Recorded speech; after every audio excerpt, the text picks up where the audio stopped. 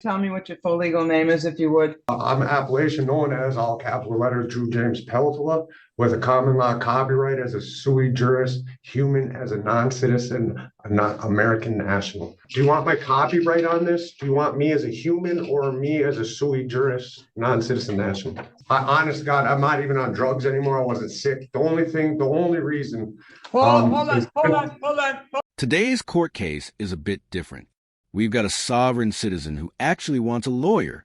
I've never seen one of them ask for an attorney before, so this should be interesting.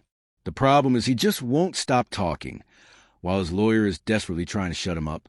It's like watching a train crash mixed with legal talk.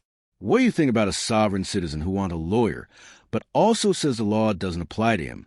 This one's definitely unique.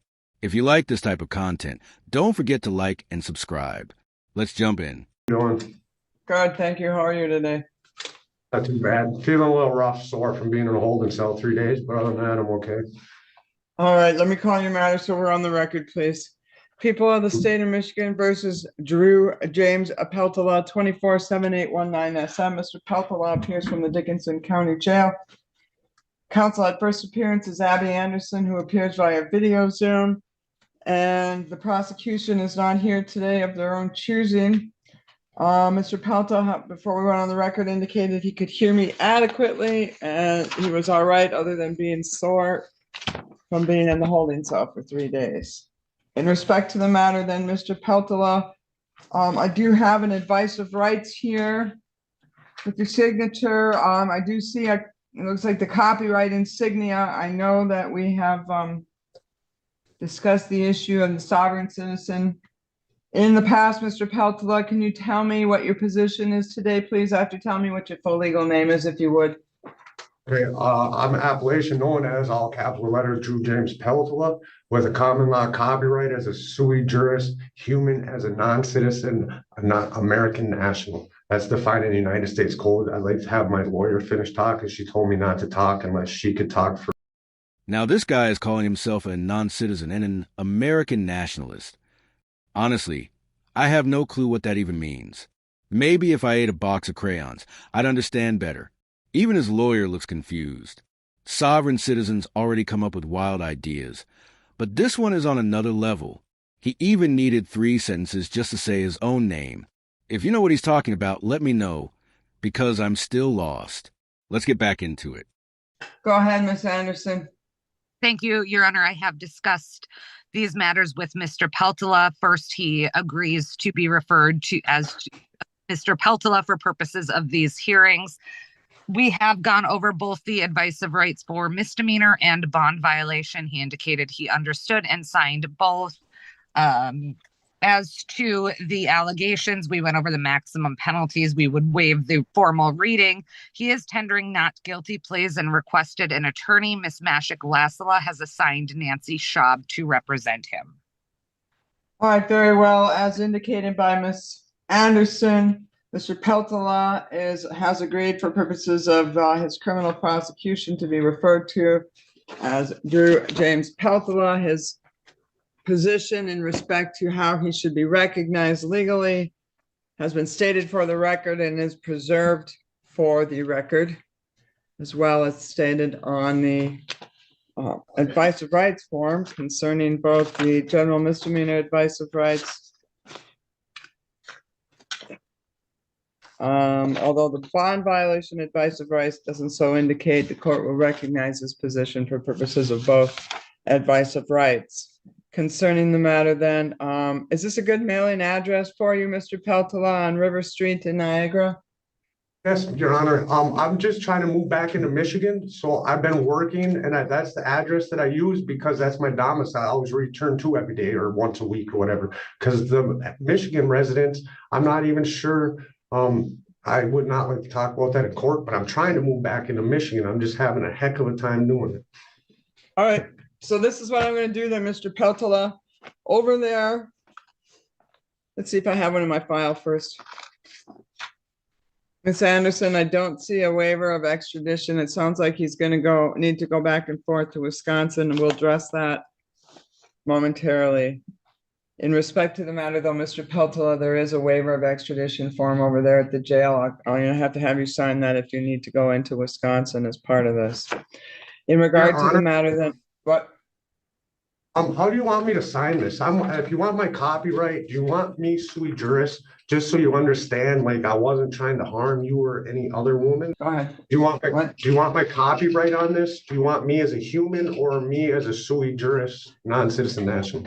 I just want your signature and the date, and whatever you want to put in addition to that is fine with me.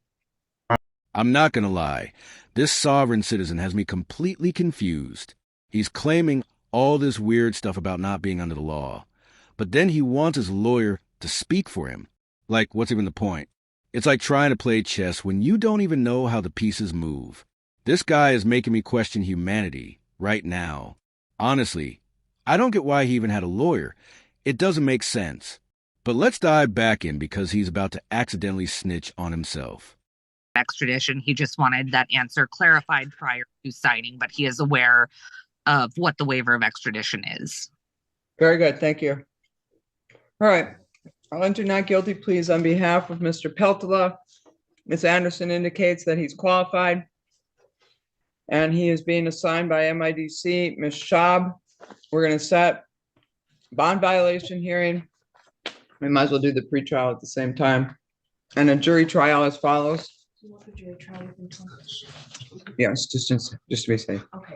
Pretrial conference and bond violation hearing on February 21st at 1:45 p.m.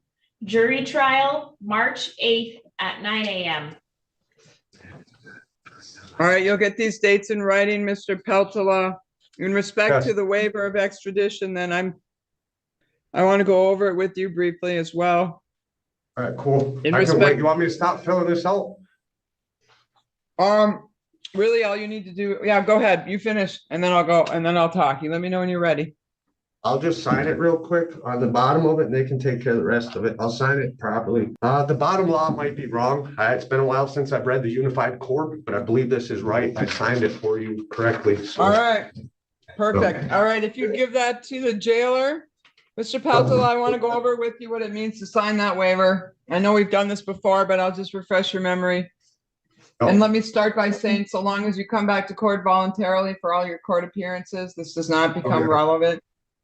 But if you don't come back to court, let's say, for example, you stayed in Niagara or somewhere else like that, normally you're entitled to what's called an extradition hearing before you are returned to Michigan to fight the charges that you didn't come back to court for.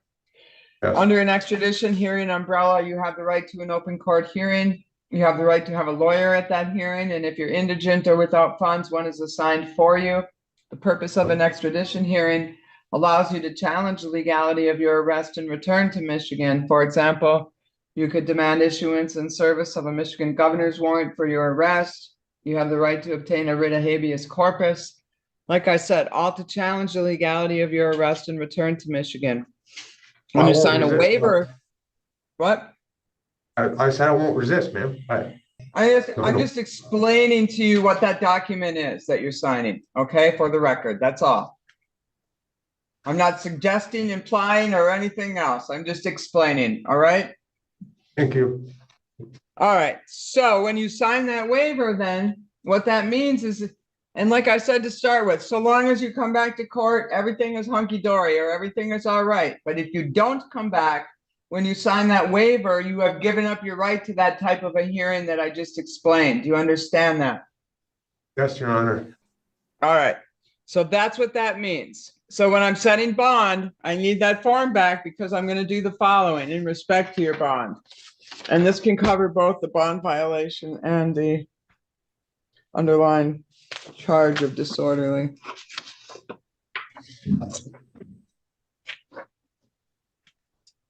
All right, first off, you must sign a waiver of extradition as a condition of your bond. So long as you do, you can go back and forth between Michigan and Wisconsin for residency, court appearances, family visitation. If it expands beyond that, talk to your lawyer first, okay? Yes, Your Honor. All right, you are not to purchase, possess, or consume alcohol or non-prescribed controlled substances. You must submit to random PBTs and drug screens as a condition of your release. Don't go into Yes. businesses that sell alcohol for use inside, such as bars and taverns. Do not engage in any assaultive, threatening, harassing, or intimidating behavior towards any person while you are on bond. All right, so you are in one of those unique positions, Mr. Peltola, where you have come before the court for your arraignment. Already behind you, or what you're being arraigned on, is both the underlying charge and a bond violation. So usually people will have an underlying charge, and then whatever, week 2, 3 later, they come back with the bond violation. And when people are arraigned, I always give them a talk and tell them that if you come back with a bond violation, you're going to make it really hard for me to say, gee, I should let you back out into the community again. You, however, have not had that talk. You are having it today.